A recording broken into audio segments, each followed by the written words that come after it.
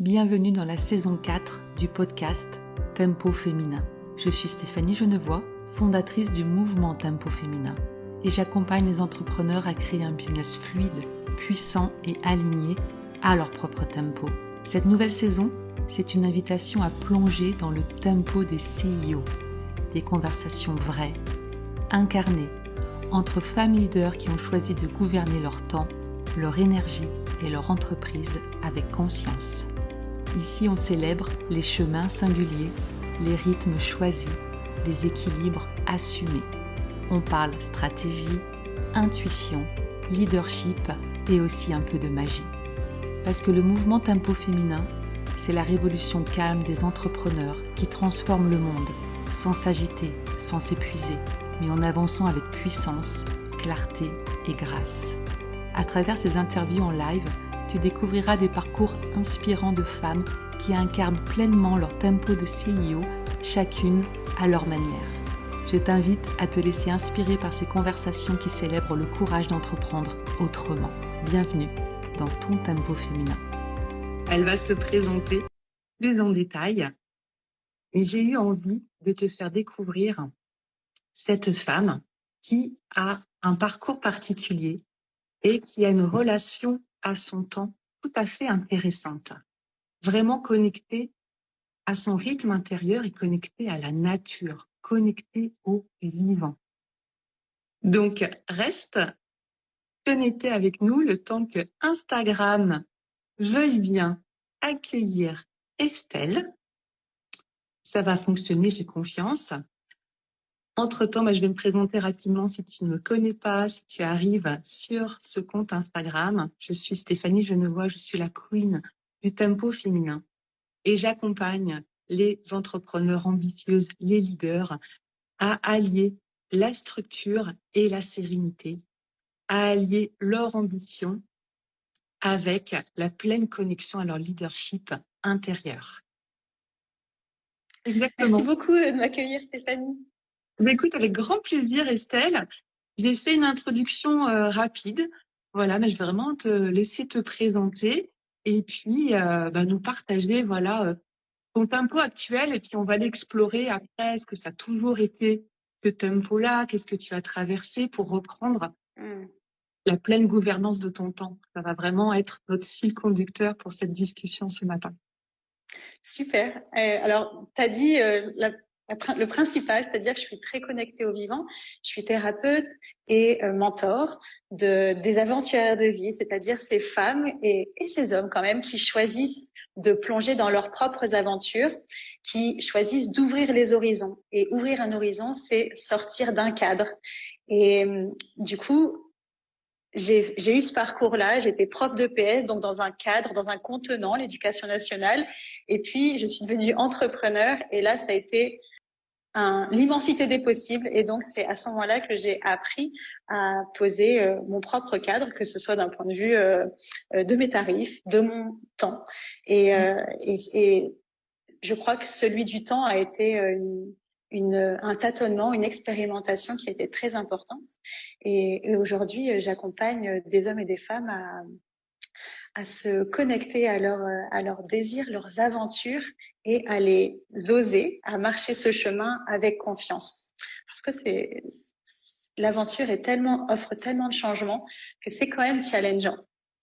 Et donc voilà, je soutiens ce parcours-là en cabinet, en ligne et dans la nature. Et donc c'est pour ça que l'organisation du temps a été fondamentale. Oui. Et tu me demandais quel est mon tempo actuel. Alors mon tempo actuel aujourd'hui, je travaille 3 jours dans mon cabinet. Et le reste de mon temps est dédié à mes propres activités personnelles et également à mon activité en ligne. Et l'activité en ligne, ça fait que depuis 2 ans, donc c'est encore en expérimentation. Le fil rouge de mon tempo, c'est qu'il y a des non négociables pour moi. Oui. Et donc, il y a un temps de pilates, un temps de marche. Ça, ce sont mes non négociables. Et puis après, il y a un cadre que je me pose par rapport au cabinet, mes rendez-vous au cabinet, un autre cadre que je me pose dans les journées où il n'y a pas de de rendez-vous en présentiel. Et donc, c'est vraiment un écosystème. Je crois que c'est ce qui caractérise ma relation au temps, c'est que c'est un écosystème. Je me suis rendu compte que plus je courais après le temps, moins j'avais l'impression d'en avoir et de le savourer. Souvent j'entends j'ai pas de temps, ou je cours après, ou le temps me manque. Et en fait, le temps, quand il manque, c'est aussi parce qu'il n'est pas complètement investi en pleine présence, par exemple. Oui. On court après le temps plus que le vivre. Et donc, toute ma quête, c'est de vivre mon temps. Et j'avais retenu cette phrase un jour qui me disait, mais plus tu cours, plus tu arrives à la ligne d'arrivée rapidement. La ligne d'arrivée, c'est celle qu'on connaîtra tous un jour, mais sans s'en rendre compte, en fait. Et donc, c'est vraiment cet enjeu pour moi dans le rapport au temps, de savourer le temps, de le vivre, de le goûter, de vivre avec lui, plus que comme s'il était quelque chose d'imposé, rigide. Parce que oui, une journée dure 24 heures. Évidemment. Et en même temps, comment être allié avec lui? Ouais, c'est une philosophie, c'est un mode de vie finalement que tu as intégré aujourd'hui. Et que ça a toujours été le cas, parce que là, c'est ta situation maintenant. Est-ce qu'il y a eu une situation particulière ou plusieurs qui t'ont fait prendre conscience, peut-être que tu t'étais enfermé dans quelque chose de course après le temps? Est-ce que c'est des choses que tu as vécues ou pas? Déjà, quand j'étais prof, en fait, j'ai suivi un cadre. Je suivais un cadre horaire qu'on m'imposait. Et ensuite, quand je me suis mise à mon compte, eh bien, j'ai vraiment expérimenté ce qui était juste. Alors, au début, mentalement, en me disant, bah là, quels sont mes gros cailloux, qu'est-ce qui est important pour moi, qu'est-ce que je dois mettre dans ma journée. Et en fait, c'était pas intuitif, ça restait pas intuitif. C'était genre un peu miracle morning. Qu'est-ce que je dois faire et qu'est-ce qui est recommandé et qui serait bon. Et en fait, même dans la priorisation, j'ai essayé la matrice d'Eisenhower. Ça a jamais fonctionné en fait pour moi. Je suis revenue à quelque chose de beaucoup plus organique, dans le ressenti. Qu'est-ce qui me faisait du bien, qu'est-ce qui me faisait plaisir, et du coup, en ouvrant ça dans mes journées, eh bien, tout ce qui pouvait les tâches, parce que souvent on me dit oui, il y a tout ça, il y a quand même des impondérables. Mais en fait, ces tâches, elles ne cristallisent plus le manque de temps. Elles font partie du temps. Elles s'insèrent. Et elles sont là parce qu'elles ont à être là aussi. Et je crois que ce qui a marqué mon chemin par rapport au temps, c'est d'aller dans la nature et de me rendre compte que la nature a des saisons, il y a des cycles. C'est pas tout le temps en effervescence. Donc ça, c'est la première chose. Et je pense que tout ce qui est, je pense que nous sommes des prolongements de la nature. Nous sommes des êtres vivants, et donc c'est très intéressant de voir comment la nature fonctionne, et donc pour aiguiller aussi en fait soutenir ce qui est vivant en nous. Donc ça a été la première chose. Et puis en randonnée, j'ai beaucoup dormi dehors, donc c'est comme si j'avais régulé mon cycle veille-sommeil avec la nature. Et donc je ressens un tel bien-être quand je dors sous la tente ou en trek ou autre, en me couchant tôt, en me levant plus tôt, avec le soleil, que quand je revenais, je reprenais mon rythme citadin, c'est-à-dire me coucher plus tard, me lever plus tard. Et en fait, c'était pas du tout, ça me mettait pas du tout dans une bonne vitalité. Et donc là, plus j'ai ressenti le bien-être dans des petites sphères de plaisir, plus je me suis dit, mais je veux que ça, ce soit ma norme. Et des fois, mentalement, on peut se dire, j'aimerais bien changer quelque chose, mais tant qu'on n'a pas expérimenté la puissance de ce bien-être, eh bien, c'est difficile. C'est comme s'il fallait faire beaucoup d'efforts pour l'incarner. Et plus je le ressens, plus je l'ai ressenti, plus ça a été une évidence que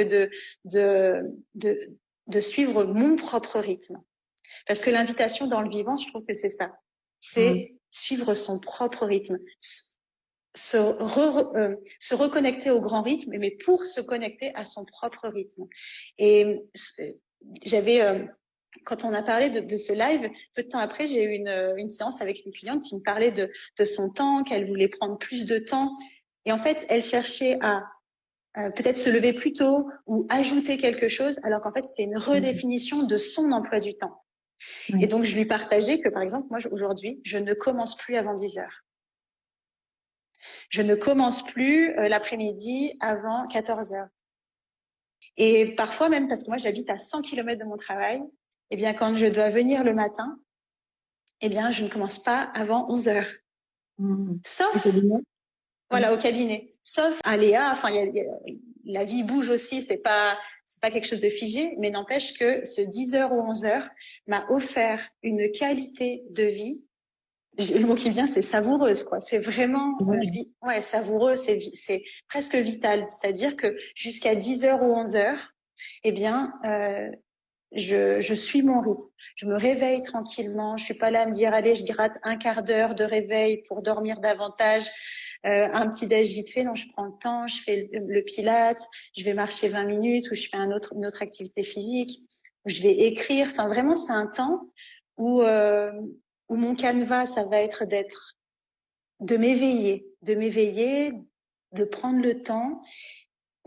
Et ça change vraiment la donne. Et quand j'arrive au cabinet ou quand je commence mes rendez-vous en ligne, eh bien, je suis pleinement disposée. Je me dis pas, allez, ce soir, j'espère que je ferai quelque chose, j'espère que j'aurai le temps. Ouais. Ouais, c'est vraiment ça le point, en fait. C'est que avec ce rythme où tu t'écoutes, tu te nourris et ensuite, tu es pleinement, finalement, disponible, on va dire, à ton top pour servir tes clients, pour être dans tes rendez-vous après. Exactement. Et même après, d'un point de vue, tu vois, de la famille. Alors moi, j'ai pas d'enfants, mon compagnon a des enfants. Donc il y a une coparentalité les semaines où il est en garde. Et donc ça aussi, ça modifie encore mon emploi du temps.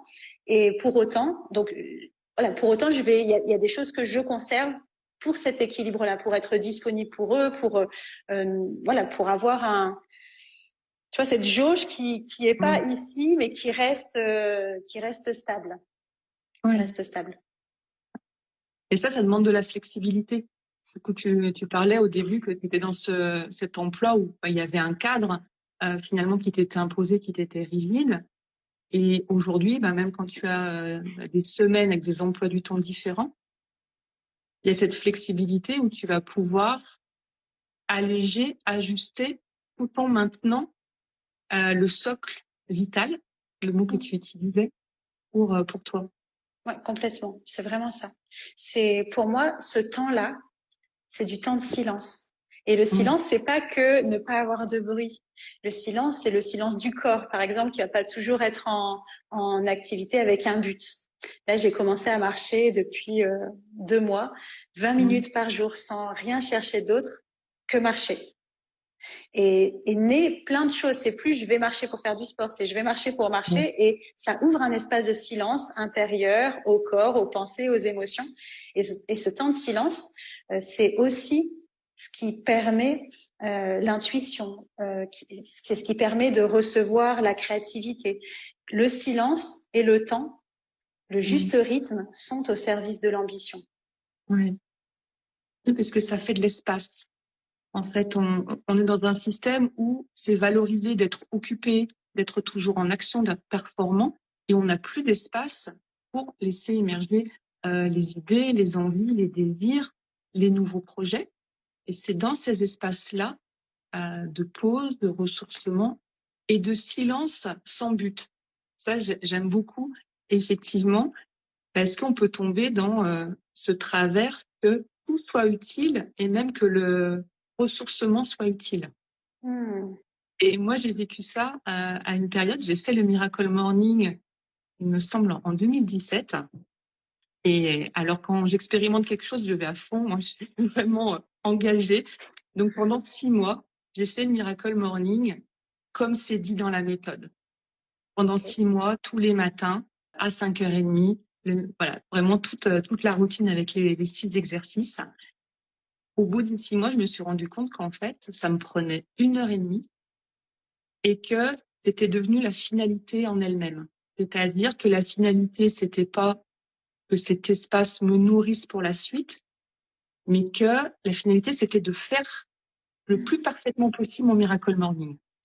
Et donc, il y avait une notion de performance dans des pratiques bien-être. Et à partir de là, je me suis rendu compte que c'était contre-intuitif, contre-productif. Et ça a été une très bonne expérience parce que, du coup, j'ai pu m'appuyer aussi sur cette expérience pour faire différemment. Et là, rentrer dans ce que tu disais, plus conscientiser de, OK, qu'est-ce que ça veut dire pour moi? Qu'est-ce qui est important pour moi dans ces pratiques-là? Qu'est-ce que je retiens? Qu'est-ce que ça fait de pas toutes les faire ou d'en faire certaines plus longues que d'autres pour créer ma propre routine. Et là, déjà, c'était 2017-2018, c'était les prémices un peu du tempo féminin aussi maintenant. C'est beaucoup plus dans cette alliance des deux. Mais c'est vrai que le silence, juste pour être, c'est à vivre, c'est à expérimenter, c'est pas forcément évident tout de suite. C'est ça, c'est que c'est pas évident tout de suite. C'est au départ, par exemple, d'aller marcher, il y a beaucoup de pensées qui prennent de la place. On peut se dire, ça sert à rien. Mais en fait, si, ça vient aider à diminuer le flot de pensées pour laisser de la place à plein d'autres choses. Et j'aime beaucoup cette idée dans le tempo féminin, c'est de revenir au cycle. De revenir au cycle, au vivant, parce que nos cycles fluctuent aussi. Et du coup, il y a beaucoup à s'adapter à ça. Le cadre, mais pas rigide, le cadre qui a une forme de souplesse. Ouais. Parce qu'au final, la pratique de bonne conscience, elle amène beaucoup de mental. Et elle laisse plus de place à la vie, à ce qui est. C'est ça qui ramène de la culpabilité. Et j'ai pas fait le 5e exercice, ou j'ai pas fait mes 20 minutes d'écriture. Ou alors si j'ai 5 minutes d'écriture, mais en fait que j'ai envie d'en faire 20. Oui, mais j'ai pas le temps pour la suite. Mais en fait, ça rigidifie tout notre rapport au temps. Et j'aime cette idée de structure et en même temps de souplesse. Ouais. Je trouve que c'est cette bonne alliance entre le féminin et le masculin. Ouais, c'est vraiment l'idée de soutenir l'ambition et de pas aller dans cette surperformance. Ça demande d'apprivoiser et là, toi, ce que tu proposes aussi avec tes explorations, ces marches, ces treks, c'est de marcher le chemin. En fait, et pour celles qui nous écoutent, si aujourd'hui vous dites « Oh là là, mais en fait, j'arrive jamais à me poser », c'est un chemin. Et un chemin, ça commence par un premier pas. Ça commence par ah oui, je m'assois en silence et j'ai 20 000 pensées. Eh ben, c'est OK. C'est pas grave. Oui, c'est ça, exactement. Et demain, tu feras 2 minutes et peut-être il y aura toujours des pensées. Et on les voit revenir, voilà. Et on marche le chemin et on continue d'avancer vers cette découverte. Cette adaptation, cette expérimentation. Ouais. Qui crée de l'espace. Et puis on voit que on prend ce temps et il se passe rien de grave, on manque rien aussi. Donc ça nous calme aussi par rapport à je passe plus d'action, je devrais avoir les résultats tout de suite.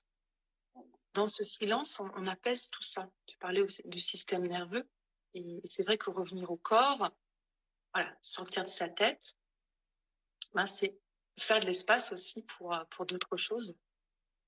Ah oui, déjà, rien que techniquement, je notais en même temps certaines choses. Tu évoquais, tu vois, le fait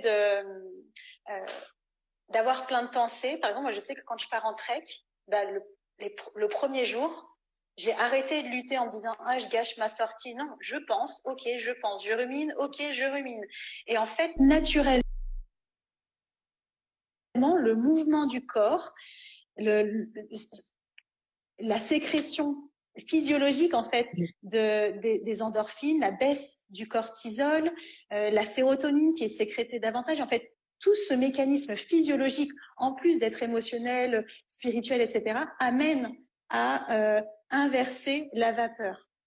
Et on parle de randonnée de plusieurs jours, mais déjà en fait, rien que 20 minutes active cette modification dans le système nerveux. Alors du coup, plusieurs jours, ça permet de pas s'échapper.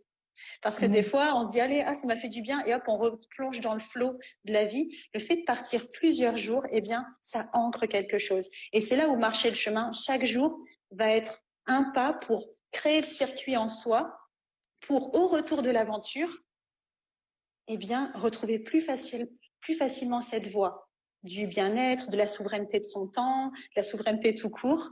Et tu évoquais la surperformance. Moi, je suis une femme qui a été très dans la perf, très sportive, la performance physique, la performance intellectuelle. Je me suis longtemps reconnue par ça, vraiment. Et du coup, j'ai été confrontée à la surperformance dans le silence aussi. Par exemple, le silence de la page blanche.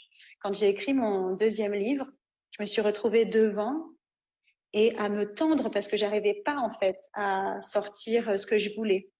C'est la même chose dans la création de contenu. Et ce que j'ai appris, parce que là je me suis beaucoup formée, en tout cas fait accompagner cette année pour on va dire affiner cette structure autour de la création. Et ce que j'ai appris, c'est que plutôt que de rester devant la page blanche à me tendre, eh bien, il vaut mieux savourer le temps autrement, en faisant toute autre chose, et que c'est sortir de l'enjeu qui permet de créer, qui permet de faire descendre.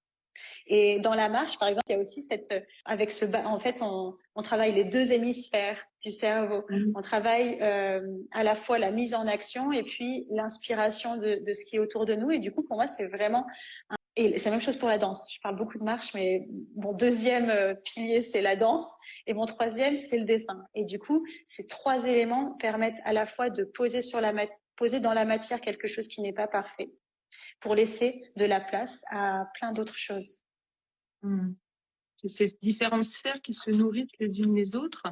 Et à un moment donné, on va faire de l'espace dans une sphère et c'est l'autre qui va être nourri aussi parce qu'on est des femmes multiples, puis on est des femmes complètes. Et ça se fait jamais au détriment l'un de l'autre. En tout cas, quand on a cette conscience de tout l'écosystème. Hein. C'est vraiment le mot que tu utilises et que j'utilise aussi. C'est l'écosystème, c'est d'arrêter d'être morcelé et de s'autoriser à aller dans des espaces parce qu'au final, ça va nourrir d'autres, même si on le fait pas pour ça, pour pas qu'il y ait une finalité. Exactement. C'est un peu comme pour ceux qui font de la musique, bah je suis pas très spécialiste, mais j'ai ça en tête, la blanche là qui, c'est comme s'il y avait un espace entre les deux. Il n'y a pas de son et pourtant il y a de la présence. Oui. Et du coup, c'est ce qui relie dans un écosystème toutes les sphères. Il y a des vases communicants partout et en même temps, chaque fois qu'on ouvre un nouvel espace dans l'écosystème, eh bien, ça amène à repenser. Moi, c'est vraiment le travail que je fais cette année. L'activité en ligne, c'est tellement nouveau. Il y a encore moins de cadres pour moi que quand je venais au cabinet, la structure. Là, c'est comme si, en embrassant cette partie-là que la vie propose, cette modalité, c'est comme si il y avait plus de murs. Et donc, je dois encore plus être ses propres murs. Oui. Et donc, ça demande, à chaque fois qu'on ouvre une nouvelle aventure, qu'on ose un nouveau projet, ou même quand, dans le cercle d'entrepreneurs dans lequel nous sommes, de leaders d'élite, eh bien, il y a des femmes qui font des masterminds, des femmes qui font des ateliers, des conférences. Et en fait, c'est aussi des temps différents, des accompagnements différents. Donc, ça demande vraiment à incarner son propre cadre encore plus finement. Et cette année, c'est le fait d'aller marcher, le fait de faire du pilates que j'avais jamais fait toute ma vie parce que j'étais plutôt dans les trucs hyper en force. En plus de réguler mon système nerveux, c'est aussi gagner en leadership intérieur pour que le leadership à l'extérieur soit plus juste. Et ça se fait à chaque fois qu'il y a quelque chose de nouveau en fait, à chaque fois qu'on ose faire quelque chose qu'on n'a jamais fait. Et oui, parce que la nouveauté, ça va amener le changement. Et donc, ça demande d'aller réajuster ce qui est requis, ce qui demande de l'être. Oui, et qui nous sommes. Ouais. Et qui nous sommes et qui on a envie d'être. Et aussi par rapport à l'autre, quels sont mes horaires d'ouverture, entre guillemets, les horaires d'ouverture de mon espace, de mon temple, et d'accepter ce oui, ce non. C'est vraiment le rapport au temps est une expression de la souveraineté intérieure que je trouve magnifique. Oui. Et oui, c'est s'honorer pleinement au travers de son temps. À quoi j'accorde mon temps? C'est précieux, le temps, il revient pas. le temps, il revient pas. C'est sûr. Et je crois que c'est la seule ressource qui revient pas. Et on a un compteur défini qu'on ne connaît pas. Exactement. Et c'est ça qui crée cette fragilité, en tout cas cette inconnue de ce fil du temps. Eh bien, c'est ce qui permet aussi, en tout cas, je trouve, de conscientiser qu'il est très précieux et de faire évoluer ce rapport au temps de travail, au temps de qualité. Enfin, c'est une dimension qui est vivante et qui est incontournable.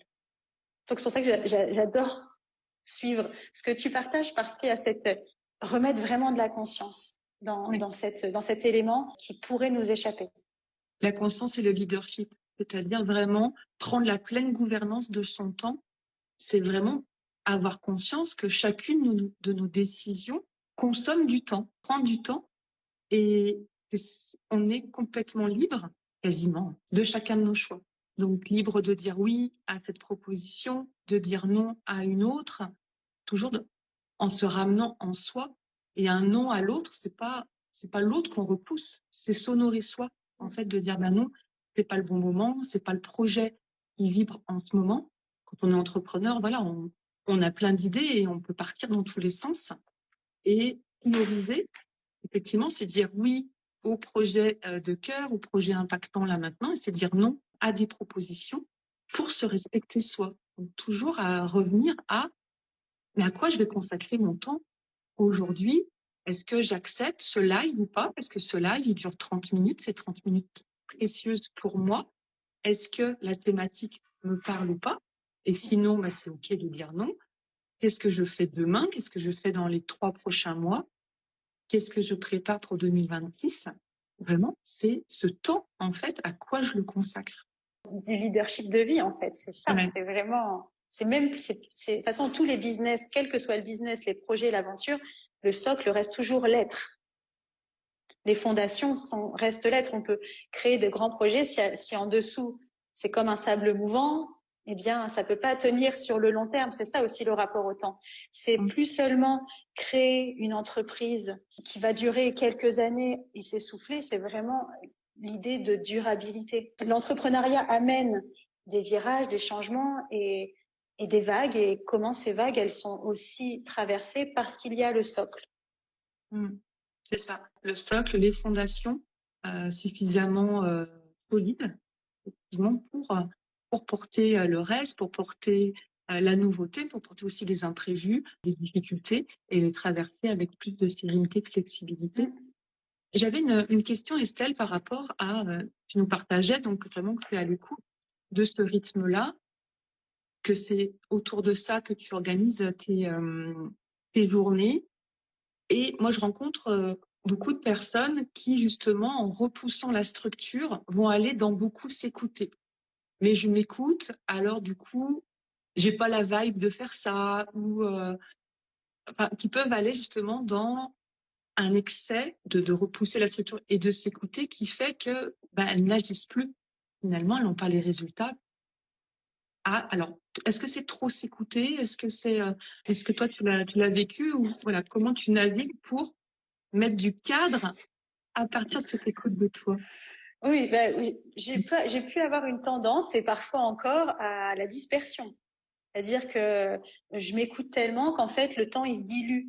Et que j'arrivais à la fin de la journée en me disant, ouais, non, en fait, du coup, j'ai, entre guillemets, pas fait grand-chose, mais c'est-à-dire que j'ai brassé de l'air. Mais pas brasser de l'air dans la pleine présence je suis dans le silence, mais brasser de l'air dans le sens de je passe pas à l'action, je pense à un truc et je fais autre chose. Et en fait, c'est cette dispersion-là que j'ai en fait vécue en lançant mon activité en ligne, en lançant la création de contenu pour valoriser mes espaces de trek et les retraites et les immersions que je propose. Parce que quand j'étais au cabinet, j'avais les murs, quoi. Donc, cette dispersion, je l'ai vécue en lançant mon activité en ligne. Et donc là, j'ai juste full humilité d'aller me faire accompagner. Vraiment, et ça a été de mettre beaucoup plus de structure que j'en avais. J'ai pu, grâce à ça, voir qu'il me manquait quand même pas mal de structure. Et donc, c'est là où j'ai remis des espaces marqués par le temps, des espaces où j'ai fait, en fait, tu vois, la liste, dans la to-do list, je fais une to-do list de ce que j'ai à faire dans la journée. Par contre, je le cadre pas en disant de telle heure à telle heure, de telle heure à telle heure. Je suis dans la confiance maintenant que je vais faire ce que j'ai noté. Donc le matin, tu vois, déjà je me note, c'est plus juste, ouais, j'ai ça à faire. Non, je note en fait ce que j'ai à faire dans cette journée sans mur pour pouvoir orienter ma conscience et accepter que mon ressenti, il m'amène aussi à les faire au bon moment. Ouais. Et oui, c'est ça, tu laisses cette flexibilité du moment où tu vas le faire, tout en mettant une direction à ta journée. C'est ça, en fait, c'est la direction. Et tu sais ce qui m'est venu, je vais te le partager, tu parlais des murs, et quand tu me dis je mets pas des murs, mais j'ai vu les haies, tu sais, les haies au bord des chemins. Des petites haies. Et on voit par-dessus, mais en même temps, la haie, elle te garde sur le chemin. Elle sans te bloquer la structure. vue. Tu vois, Exactement. Ouais, j'utilise souvent l'image des petites fleurs. Tu sais, quand on met nos limites, c'est pas de mettre des fils barbelés, c'est pas de mettre des tuyas qui font 5 mètres de haut, mais c'est un petit parterre de fleurs sympathiques avec plein de nuances qui dit ça c'est chez moi. Quand tu rentres, quand tu passes le portillon, ça c'est chez moi. Et quand soit on sort du portillon, eh bien c'est effectivement quels sont les jalons en fait, quels sont les jalons qu'on pose. Et là c'est vraiment. Et tu vois, je trouve ça. Au début, je me suis dit bon, bah, comment je peux te partager? Mais en fait, là pour le moment, j'en suis au tâtonnement dans ces journées qui ont moins de cadre extérieur. Et j'adore en fait. Tu vois, je le vois pas comme oh j'en suis là. Je le vois vraiment comme un génial parce que je suis en train d'apprendre encore plus à solidifier mes murs intérieurs. Et donc là, je suis en apprentissage aussi de cette partie-là. Et pour le moment, la direction, me donner une direction le matin est assez intéressante. Et je vais voir avec au fil du temps comment ça va s'installer. Parce qu'il y a ça, hein, il y a vraiment cette idée à un moment donné, il faut expérimenter un peu plus de 2 jours, un peu plus de 3 jours et de voir quelles sont les répercussions à la fois dans le business, à la fois dans l'écologie aussi intérieure de est-ce que ça me coûte beaucoup ou est-ce que c'est naturel? Est-ce que ça s'intègre dans l'environnement aussi? Ouais. Et oui, j'adore cette phase d'expérimentation, ces phases de test en fait. Et quand on voit les personnes voilà, qui ont du succès, on les voit de l'extérieur et on les voit là où elles en sont aujourd'hui. Et c'est vrai qu'on n'a pas vu le cheminement intérieur. Ce que tu nous partages là, et ce que j'invite vraiment toujours mes clientes à faire, c'est de s'autoriser à prendre le temps d'expérimenter aussi. C'est-à-dire que l'organisation déjà parfaite, elle n'existe pas. Et elle va pas arriver, ah, et là, je décide, je me mets un planning comme ça, et dès demain, c'est comme ça que ça va fonctionner. C'est s'autoriser aussi, peut-être pendant une semaine, 1 mois, 3 mois, différentes choses pour créer sa propre structure, son propre tempo, le vivre et faire les ajustements au fur et à mesure. Donc, c'est vraiment un processus. En tout cas, moi, c'est comme ça que je le vois et que j'accompagne pour arriver à ce tempo qui soutient, qui nourrit aussi. C'est-à-dire qu'après, on est tellement sur les actions justes aussi que ces actions, elles nous nourrissent et qu'on a de moins en moins de choses qui nous drainent, qui nous prennent de l'énergie, pour lesquelles on devrait s'arrêter pendant 1 mois pour récupérer. Enfin, voilà, quand on est en pleine maîtrise de son temps, ça n'arrive pas, ça. Oui, c'est moins cristallisé. C'est ça. Au fur et à mesure, on a les signaux, on les reconnaît, on les écoute. Ok, là, ok, je suis à fond, il y a les énergies, tout ça. Et puis là, moi, je continue quand même des actions fondation parce que je vais pas laisser tout s'écrouler, mon business et tout, parce que je suis moins bien. Mais en même temps, j'écoute et je vais ressourcer. C'est ça, c'est mettre du et. À la fois, je peux avoir une structure qui est bien ancrée et sereine, et en même temps un espace qui est en mouvement. Ça peut être plusieurs rythmes. Je peux avoir un projet où le rythme il est très cadencé, et en même temps un autre espace, c'est plus poussif ou c'est en cours d'élaboration. c'est sortir d'un rythme unique, mais de retrouver les tempos en fait dans une même journée, dans différents projets. C'est embrasser ce et dans notre rapport au temps et notre manière de le vivre. Tu vois, par exemple, là, donc ça va faire 1 an et demi que je vis à 100 km de mon cabinet. Eh bien, il m'a fallu 1 an. C'est pas rien, en fait. Et il m'a fallu 1 an pour trouver l'organisation qui me convient. Vraiment, t'as dit le tempo qui soutient et qui nourrit. C'est vraiment ça. Il m'a fallu 1 an pour trouver un tempo de vie qui soutient mon entreprise, qui soutient mon couple, qui me soutient moi et qui nourrit en fait tous ces espaces. 1 an. Et c'est là, il faut pas avoir peur d'investir du temps. Il y a des choses qui vont demander du temps, mais le résultat, il va être extraordinaire. Oui, même si on le voit pas tout de suite. Oui, voilà.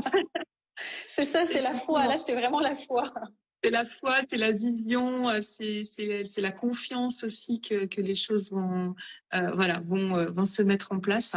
Et avec le temps, c'est vrai que ça demande aussi, et on revient au leadership et aussi à cette humilité à un moment donné de dire je ne sais pas, je vais m'autoriser à apprendre, je vais m'autoriser à expérimenter, à tâtonner, à faire des erreurs, je vais me faire accompagner pour que ce soit plus serein et plus focus, et je marche le chemin aussi de cette gouvernance du temps. Et par contre, une fois que c'est acquis, et ça je l'ai vraiment vu pour moi et avec mes clientes, c'est qu'il y a des déclics avec le temps. Une fois qu'ils sont là, ça on vient plus en arrière. Non, c'est sûr. Tu vois, on me demandait est-ce que tu redeviendrais prof? Et c'est un métier que j'ai aimé. J'ai aimé mon rapport avec les élèves, mais il y a une chose pour laquelle je reviendrai pas en arrière, c'est le temps, la liberté de temps en fait. La liberté, il y a plein d'autres espaces qui peuvent amener une insécurité à travailler, etc. Mais la liberté de temps, elle est tellement précieuse que je sais que je reviendrai plus dans ce cadre-là. Déjà juste par rapport au temps. Ouais. Et tu vois, tu t'évoques cette expression que j'aime beaucoup de marcher le chemin. Le chemin, il se dessine à chaque pas en fait, dans l'inconnu. Et chaque pas en fait, et dans cette gouvernance du temps, on se confronte aussi à des croyances, à des limites, à des schémas de pensée d'hier.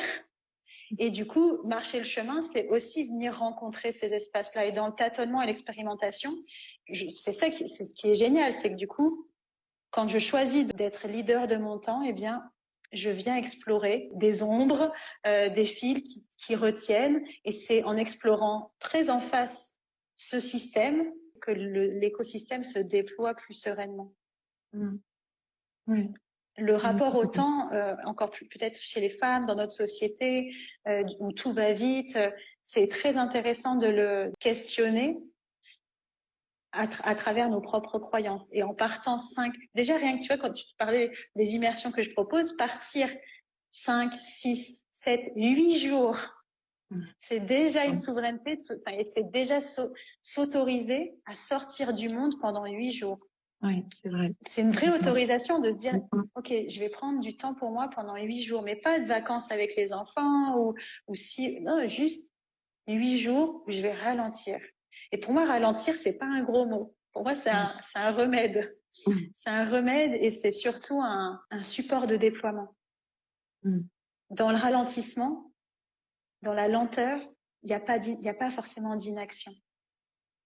Il y a juste de l'espace. Tu vois, j'ai une phrase qui me revient souvent, c'est du vide, tout peut jaillir. Mais il s'agit de s'autoriser à ça. Je te propose, Estelle, qu'on reste sur cette belle phrase que je trouve conclut parfaitement notre échange. Du vide, tout peut jaillir. Tout peut jaillir. Du vide, tout peut jaillir. Ouais. Merci beaucoup, Estelle. C'était extrêmement riche, cet échange. Merci infiniment. Quelle est ton actualité dans les prochaines semaines? Est-ce que tu as envie de nous partager un de tes projets? Prochaine actualité qui est là toute proche dans 1 mois et demi, c'est la retraite être au Maroc. Donc 8 jours dans le désert, entre silence et dépouillement. Et c'est vraiment une retraite. Le mot qui me vient, tu vois, c'est unique et incroyable parce que nous sommes un tout petit groupe qui permet de vivre vraiment, vraiment l'essence du désert qui est le silence et de vivre l'essence de l'ensauvagement, c'est-à-dire le dépeuplement et qui qu'il y ait le moins d'échappatoire ou de distraction possible pour vraiment goûter à la puissance du silence du désert et rayonner tout ce que son silence a à dire. Vous trouverez toutes les informations sur le compte Instagram d'Estelle, que je vous mettrai aussi dans la description. Merci pour cet échange passionnant sur ta vision, la façon dont tu crées ton tempo aujourd'hui pour déployer ton ambition au niveau de ton entreprise. Merci beaucoup pour ce tempo de CEO. Merci beaucoup. Merci d'avoir écouté cet épisode de Tempo Féminin, édition spéciale Tempo de CEO. J'espère que cette conversation t'a inspiré à créer ton propre tempo, à reprendre la pleine gouvernance de ton temps et à faire grandir ton entreprise à ton rythme en toute sérénité. Si cet épisode t'a plu, je t'invite à t'abonner au podcast, à laisser un commentaire ou 5 étoiles sur ta plateforme d'écoute et à le partager à une femme entrepreneur que ce message pourrait soutenir. Et pour rejoindre le mouvement Tempo Féminin, suis-moi sur Instagram, @tempoféminin, pour ne manquer aucun live ni aucune ressource pour t'aider à incarner ton tempo de CEO. À très vite pour un prochain épisode et d'ici là, rappelle-toi, ton temps est ton pouvoir et ton rythme est ta plus belle stratégie.